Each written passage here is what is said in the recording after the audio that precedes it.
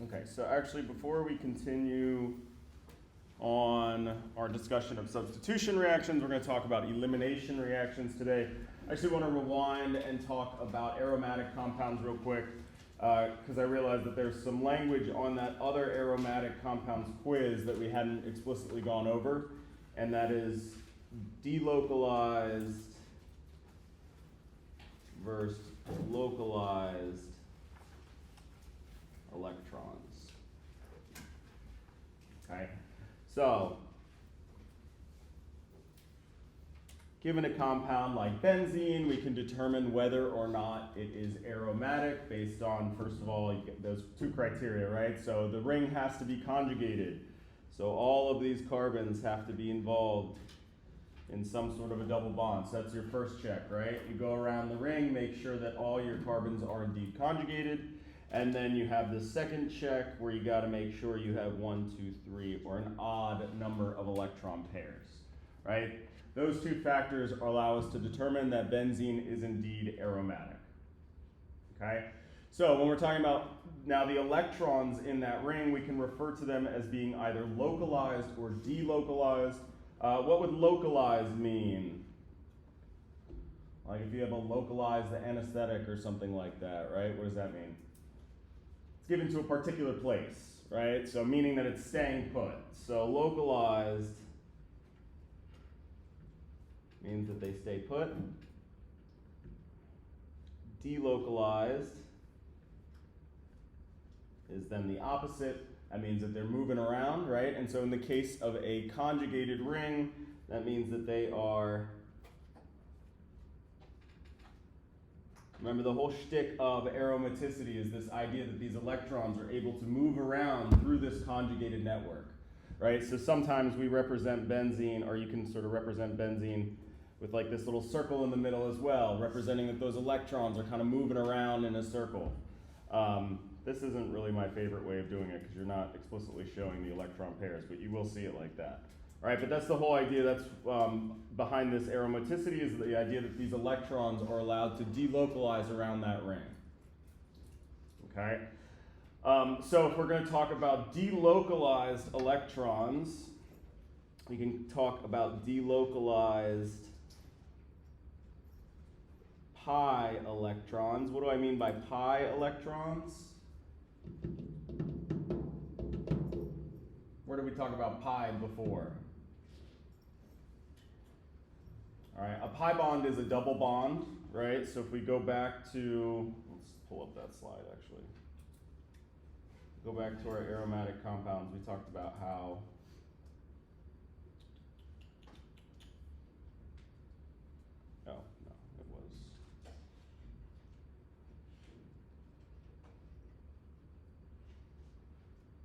Alright, so just to rewind, when we were talking about double bonds initially, where's that figure that I like?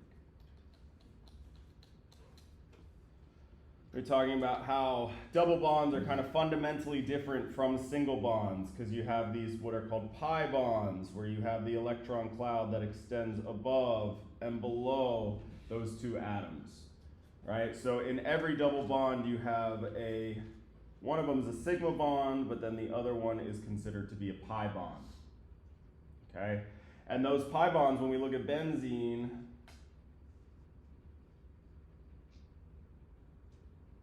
right, it's those pi bond electrons that are actually doing the delocalization, spreading themselves out across the ring, okay?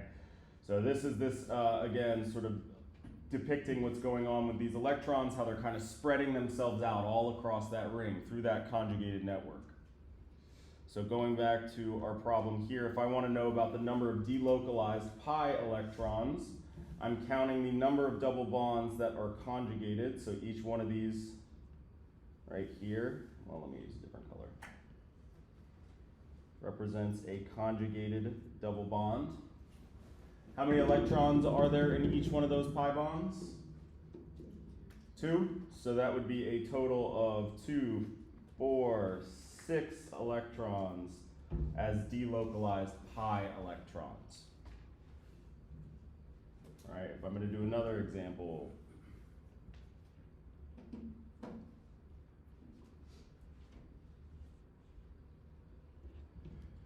Take a second and tell me whether this compound right here would be aromatic or non-aromatic or anti-aromatic.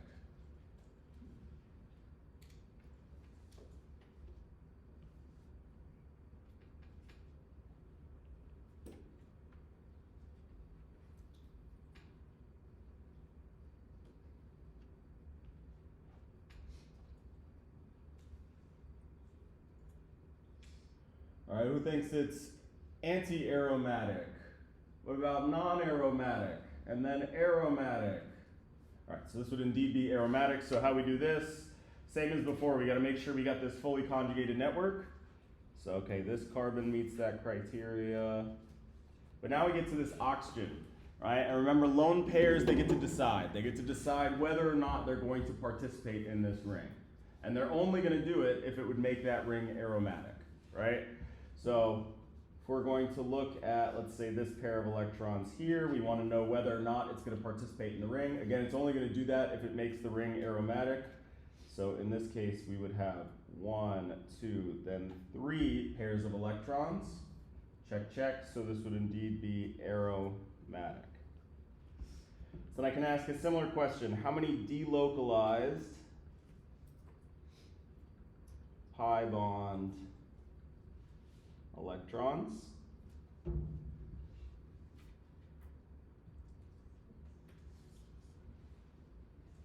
Okay, so in terms of my pi electrons, those are only the ones that are in those pi bonds, right? Those are the pi electrons. So in this case, I would have 4 delocalized pi electrons, and then I can ask how many delocalized,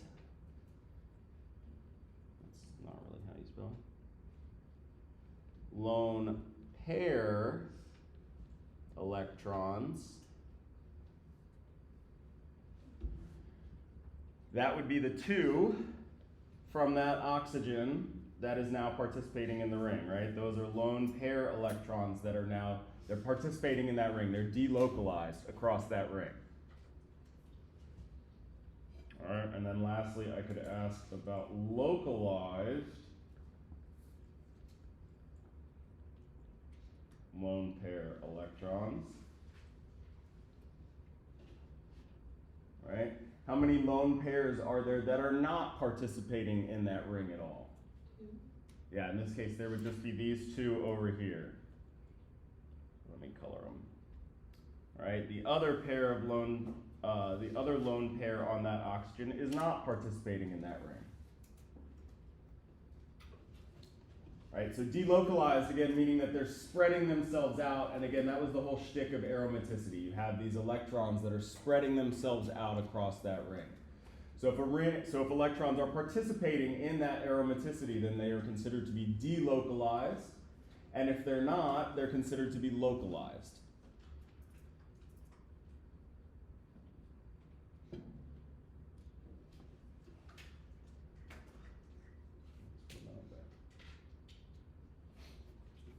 What's that?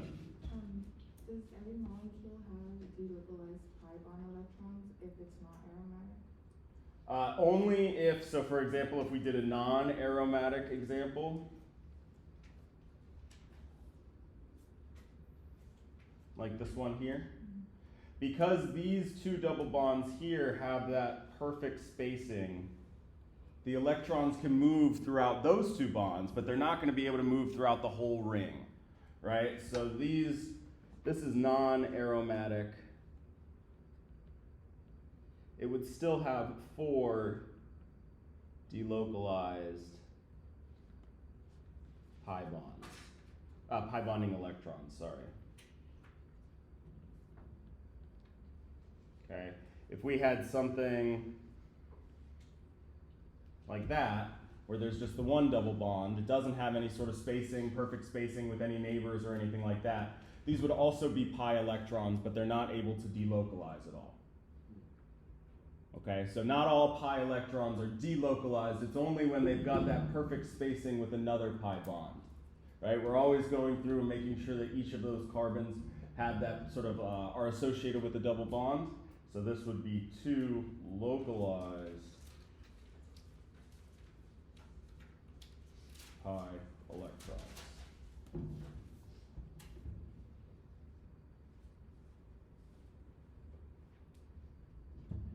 right? And again, to kind of like,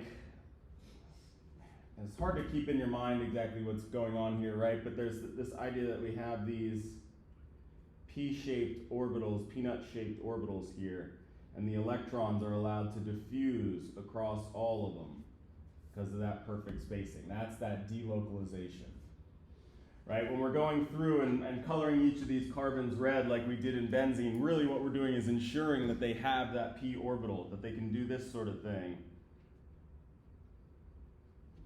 right? That each one of them has this peanut-shaped orbital that the electrons can move all the way around. So I know it's really hard to keep this like electron picture in your brain as you're going through. We kind of have this procedure with how we solve this problem. But again, when we're going through and marking those carbons and saying, yes, they are indeed conjugated, we're really making sure that they have these p orbitals, these little peanut-shaped things that the electrons can move about or delocalize through. What's up? Discharge play a role in any of that? Well, so remember the weird thing about the charge was if we had, for example, something like this.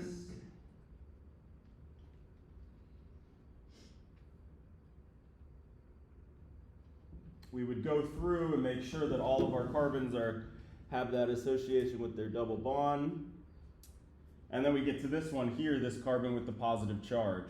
And we said that carbons with positive charges also have those p orbitals associated with them. So they don't mess up the ring's conjugation, right? A carbocation has 3 bonds, but then it has this empty, that was a bad drawing. But then it has this empty p orbital here. So it doesn't mess up the conjugation, just like we were looking at that picture of benzene with all those p orbitals all stacked up. If you have a positive charge, then you also have that p orbital. So it just doesn't mess up the ring's conjugation like it would if we had, for example, just that without a charge, right? Now we go through and mark our carbons, and we get to this one and we're like, nope, that breaks up the ring's conjugation, so that one's non-aromatic. So that's what that positive charge is doing. It's still an empty p orbital. It's not going to mess up your ring's conjugation at all. Does that answer your question? It doesn't have any electrons associated with it though, right? So if I counted the number of electron pairs in this top one here, is that compound going to be aromatic, anti-aromatic, or non-aromatic, this top one?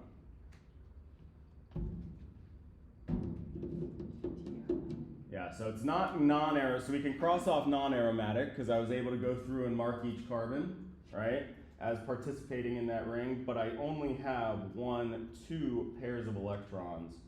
So this one's anti-aromatic, whereas this one would have been non-aromatic. So the amount of delocalized higher electrons would still be 4. Yep, exactly. All right, okay, so let's kind of review what we were talking about last time.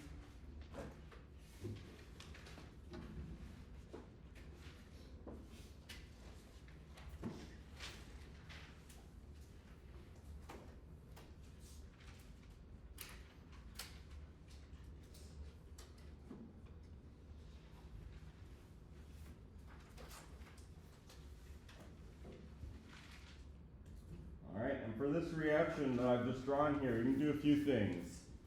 We can, 1, predict the substitution product. And 2, we also want to label the nucleophile, the electrophile, and the leaving group.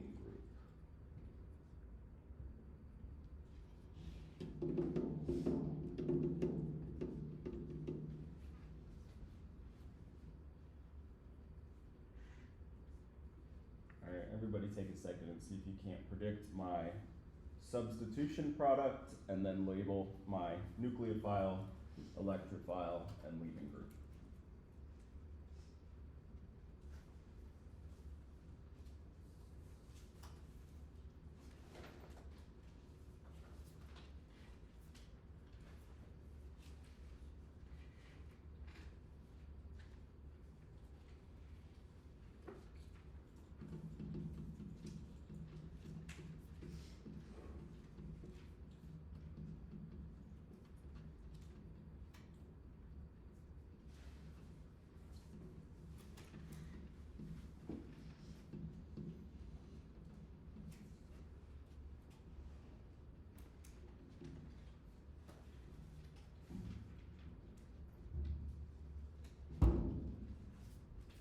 Alright, so who's my nucleophile?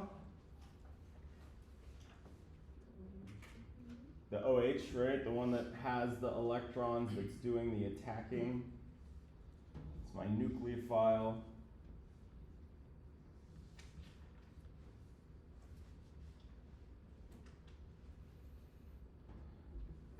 What's my electrophile? Yep, so nucleophiles attack electrophiles. So the electrophile is the carbon that's going to get that new bond, right? My nucleophile is going to attack that pair of electrons, is going to reach out and grab that carbon. All right? But of course, carbon can't have too many bonds, so at the same time, this has to break away. So my product, one of them would be the bromide ion, that's my leaving group. And then my substitution product has that new functional group swapped out, and remember there's this inversion of stereochemistry. So if it used to be, if your leaving group was on a wedge, that means that your new group that's coming in is going to be on a dash. Right? This is this inversion that happens. Okay? This is what we called SN2 reactions.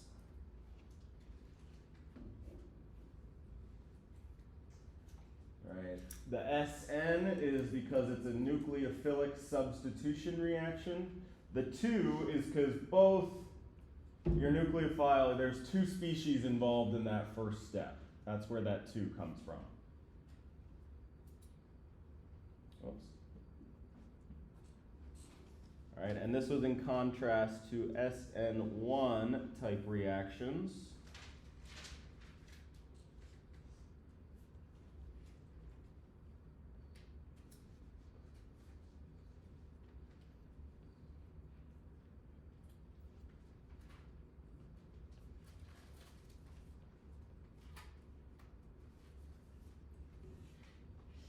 I lied. Let me make it a tiny bit more complicated so that we have our stereochemistry that we can see.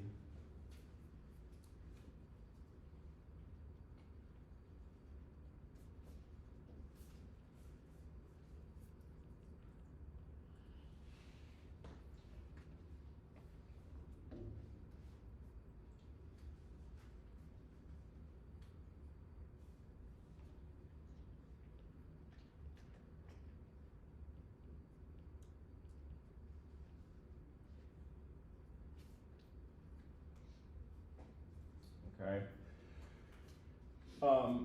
Something that's kind of tricky that we want to make note of here is that both of these nucleophiles, water and the hydroxide ion, are going to do the same thing. They're both going to put an OH group, substitute out an OH group. One is considered to be a strong nucleophile because it's got that negative charge. The other one is a weak nucleophile. Okay, but in both cases you're creating a carbon-oxygen bond. So my product for this one, for example, would be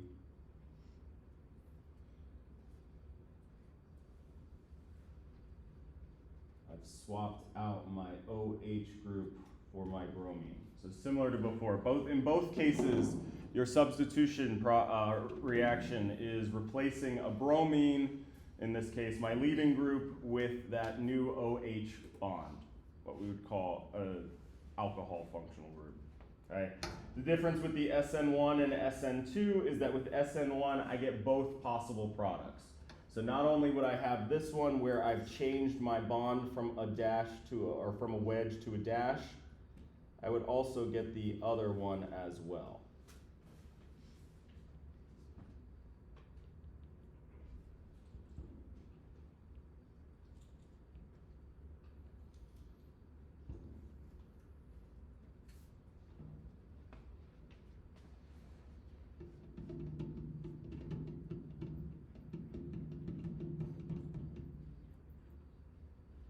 All right, so everybody, let's just take a look up here. Let me point out two important things, okay? First of all, the OH group, when I use this hydroxide ion, I replaced my bromine with an OH group.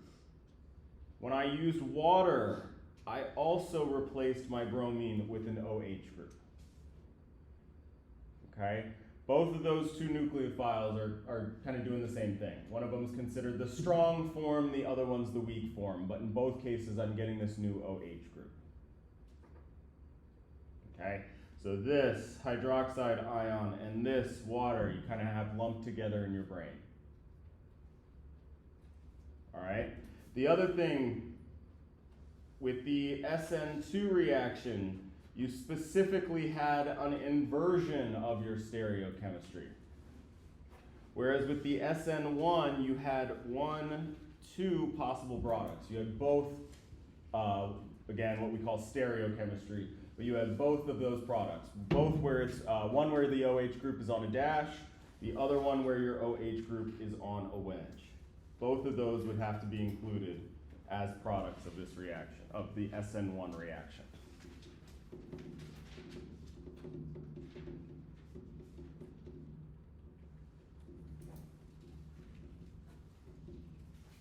All right, I promise this strong, weak nucleophile business will get tied in at the end here.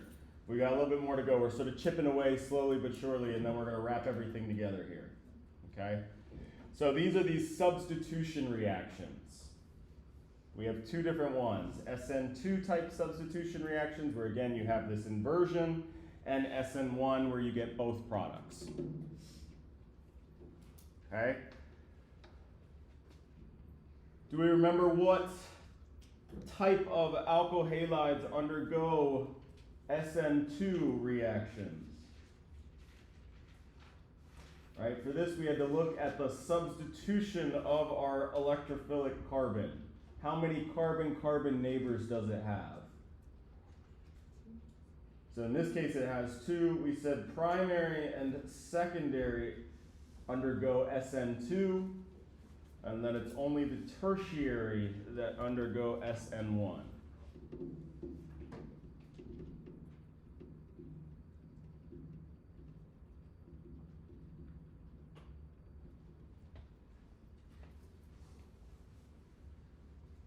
Okay, so let's do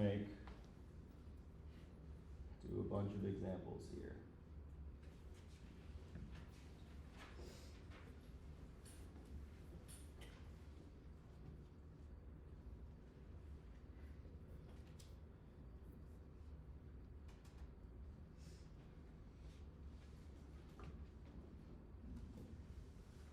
Okay, and we're looking specifically at the substitution.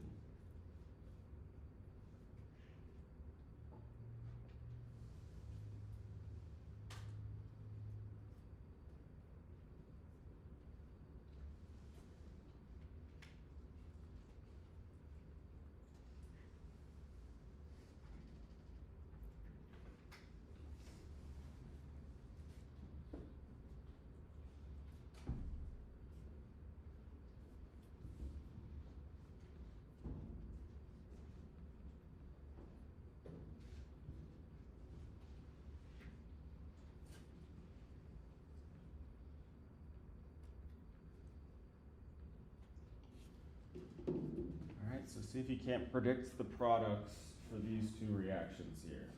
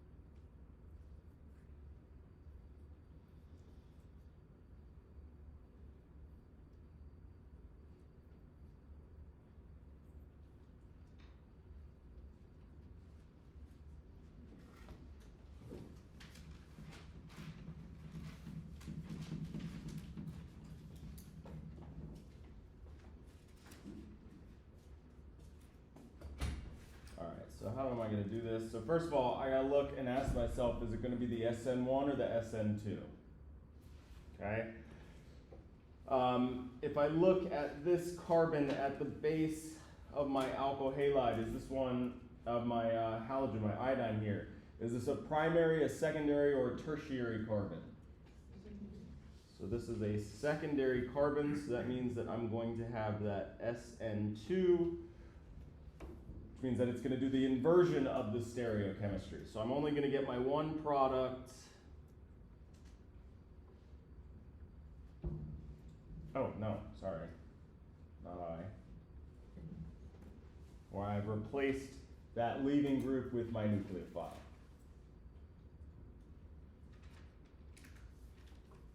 Right?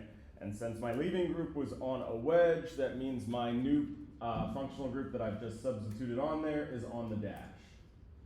Right? Again, what we called that inversion of stereochemistry.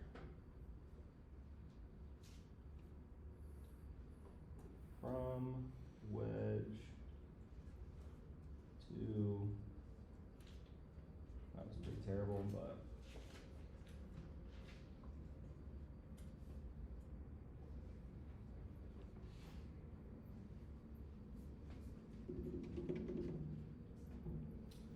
all right, so for this one, I'm going to look at that carbon at the base of my leaving group. I'm going to ask, is this a primary, a secondary, or a tertiary carbon? In this case, it's a tertiary carbon, so that's that other type, that SN1, where I got to draw both products.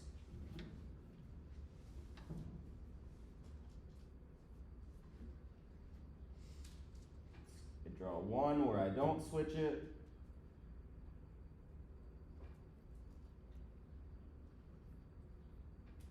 And I have to draw another one where now I've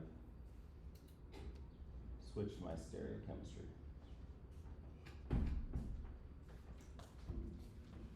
Okay, and I want to point out that in this one, similar to what we saw before, both this NH2 with the minus sign and the NH3 without any charge in both cases is adding the same group. Right, it doesn't add, the NH3 doesn't add an NH3 group that would have to have that positive charge. It just is the NH2. Okay, so this is similar to what we saw for water and the hydroxide ion.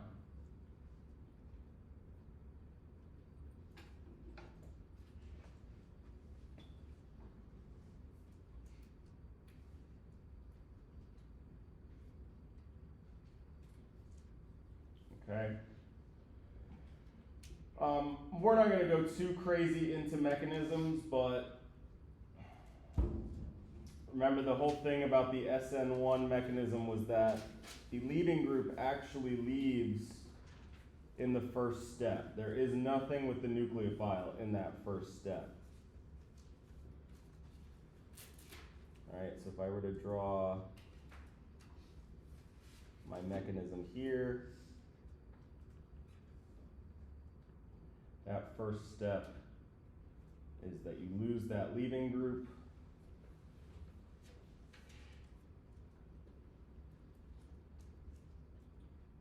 And get what's called a carbocation. Positive charge on that carbon.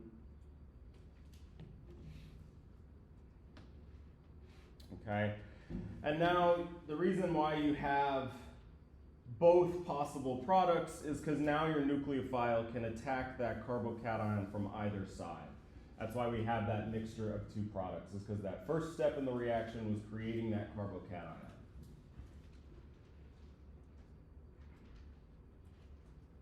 Okay, but we can kind of simplify things a little bit in terms of what's important to remember here.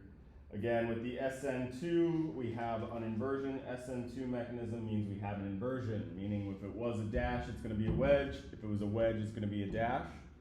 And with the SN1, which we only see with tertiary carbons, you'll have that mixture of two products. Okay, we don't have to memorize the mechanism when I sort of introduce the mechanism, that's kind of the why of why this inversion happens in the stereochemistry, why you have this mixture of products, okay? I know that mechanisms can be a sticking point, so if you want, you can just trust me on it, all right? Bottom line is that we have to draw the inversion product when we have primary or secondary, that's that SN2 mechanism. And if we have a tertiary, we have to draw that SN1 product, where we have two of them. We have to draw both SN1 products. Okay?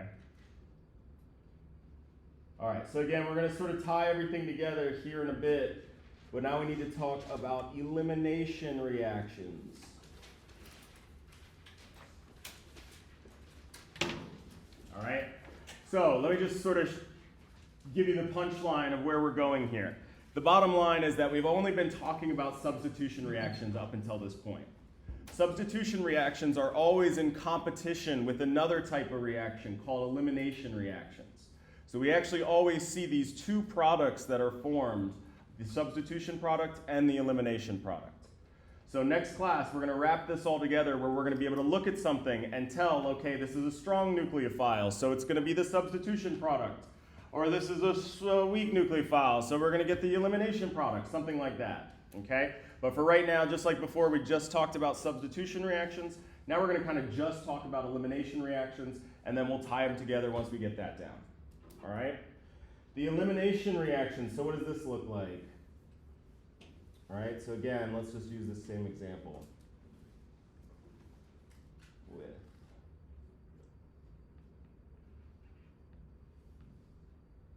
OH minus, and we said that we have one product, which is our substitution product.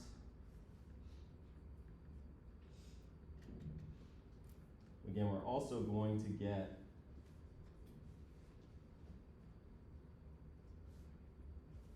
the elimination product as well. And what is the functional group on that elimination product? What do we call the things with double bonds? Pi. They're pi bonds, but what like we have a name for the functional group. If it's all a straight chain, it's alkanes. If it has a double bond, it's alkenes. Right? So elimination reactions form alkenes.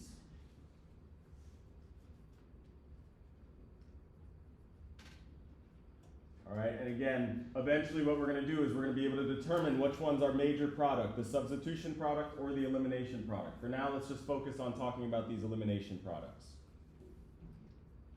Okay? First of all, one thing you'll sort of note is if I was going to, so let's look at the mechanism here so you can see what's going on.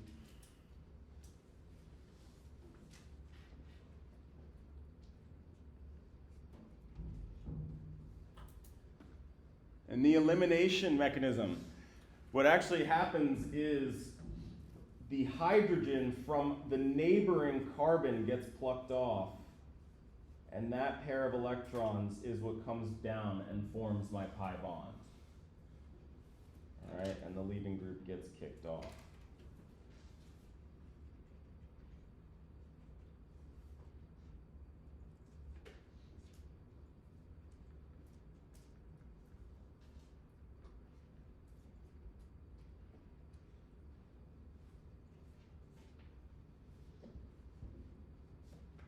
Okay, so this hydroxide ion is accepting a proton. What do we call things that accept protons?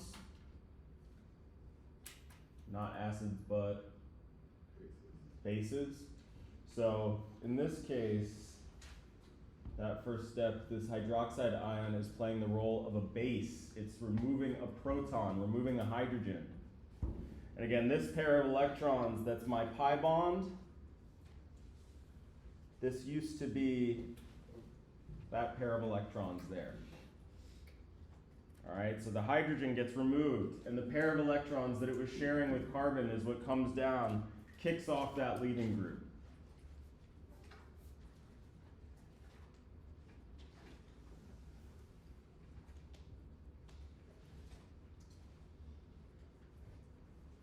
Okay, So in our substitution reactions, we called the hydroxide ion a nucleophile. In these elimination reactions, it's playing the role of a base because it's accepting a proton. All right.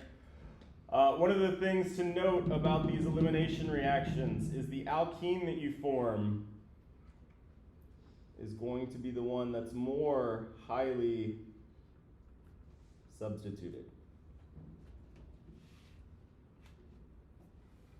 Right? I could have, if you think, so basically the alkene has to be attached to this carbon here that used to have the alkyl halide.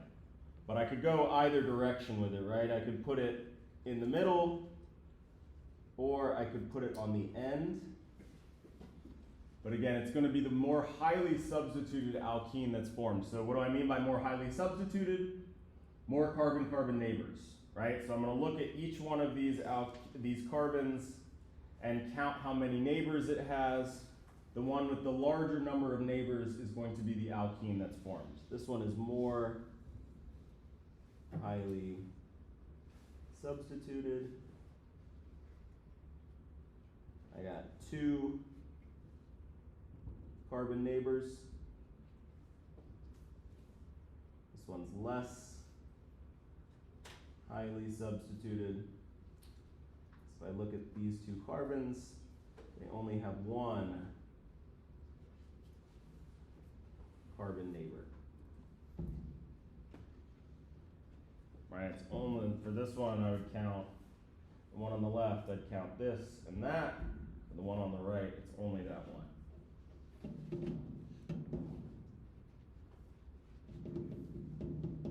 All right, so in the same way that we worked on predicting our products for substitution reactions, let's make sure that we can do the same thing for these elimination reactions. So now we're specifically talking about elimination reactions. And again, we'll get to like how they're in competition with one another after we've nailed down these elimination reactions, but we're treating them just as their own little separate subject for right now.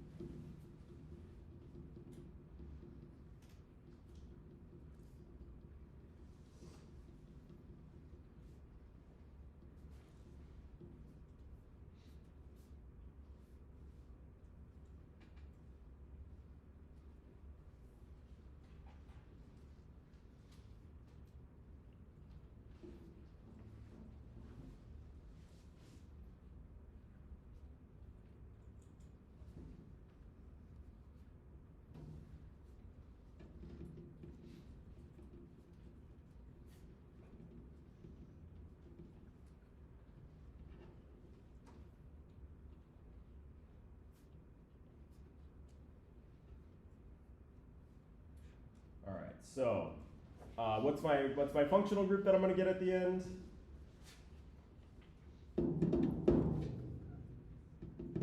What do we call them? Alkenes. So then the question is, where is that new double bond, right? Again, it's definitely going to be on that carbon there, but then between which of those two neighbors? So one strategy that you can use that will sort of always let you get to the right answer is to just draw them both, right? Draw a double bond, one between this first carbon here, and then the other one between this second carbon there. So these are my two potential products here. Again, I always have to make sure that the carbon that was at the base of that bromine is included. That one has to be involved in that double bond, right? But it could go to either side here. All right? In this case, these are actually the same thing. All right, you want to convince yourself that both of these are indeed 2-pentene. Right? The difference is I picked one up and flipped it over, kind of like a pancake.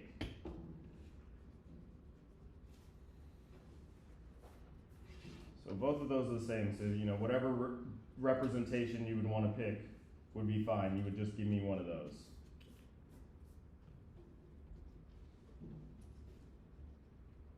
Okay? For this next one, though, I want everybody to take a second and draw me those, your potential products that you would get, your potential alkenes. Again, you know that the double bond is going to have to be connected to this carbon here that's at the base of that iodine. But which of these other three carbons does that double bond actually form between? So draw them all out, and then we can look and ask ourselves which one is the more highly substituted alkene.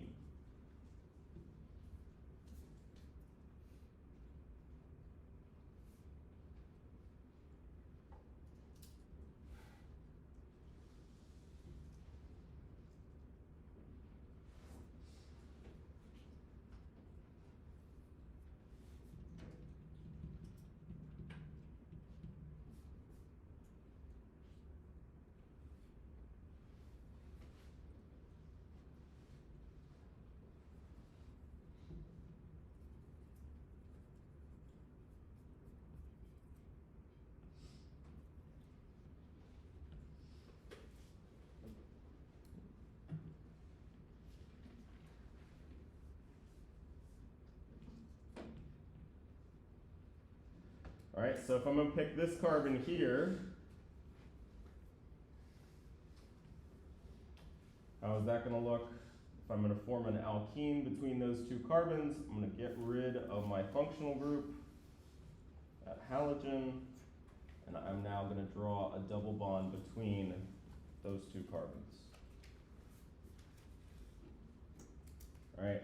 That's a really weird way to draw that molecule. I think it sort of makes it easy because I just copy and pasted what I started with. But we really wouldn't draw those bonds in a line like that. So instead, you would expect to see something like this. Right? If I kind of corrected, oops, where did that go? Corrected the way that I was drawing those bonds.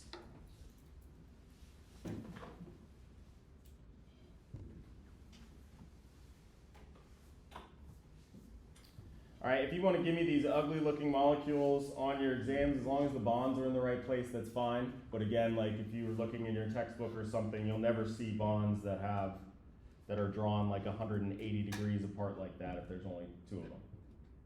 All right, so it would be much more normal to see it sort of written where it's all staggered like this.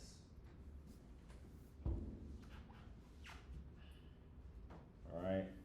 So this would be that first carbon. I'll again just start over here so you can see how I'm getting these. And now let's do it for this carbon here. Okay. So again, I'm going to get rid of my leaving group and replace it and place a double bond between those two carbons.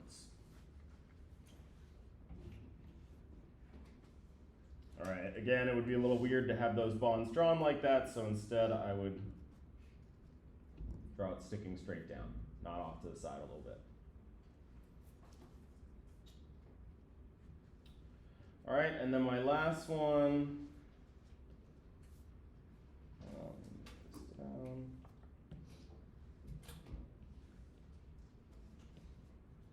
I'm again going to, well, so now I'm talking about this one down here. All right, so how do I get my alkene? I'm gonna get rid of my leaving group and draw a double bond between those two carbons. Right, again, it's a little weird to see it sticking off to the side like that, so draw it pointing straight down. All right, so I got 3 potential products here, A, B, and C. Which one's actually going to be my product? B, right, the more highly substituted one. So I look at, I got a bunch of different colorings going on here. I'm gonna look at each of these carbons. I'm gonna count the total number of carbon-carbon neighbors. In B, there are 1, 2, 3, and you can convince yourself that it's the same for both A and C, but in A and C, I only have 2. So B is indeed the more highly substituted alkene. That's going to be my product. All right, so I looked at the carbon that was at the base of my halogen. That's at the base of my leaving group. That one's definitely going to be involved in that double bond, right? Then I did all my potential products by looking at all the neighbors. That's what led me to my A, B, and C. I looked at them and said, which one's more highly substituted? All right, and the last one, you could sort of convince yourself that the only possible product would be this one here. Right, I'm gonna look at my base of my leaving group. It's gotta be that carbon. It only has this one carbon neighbor here, so that's my only choice for forming my alkene.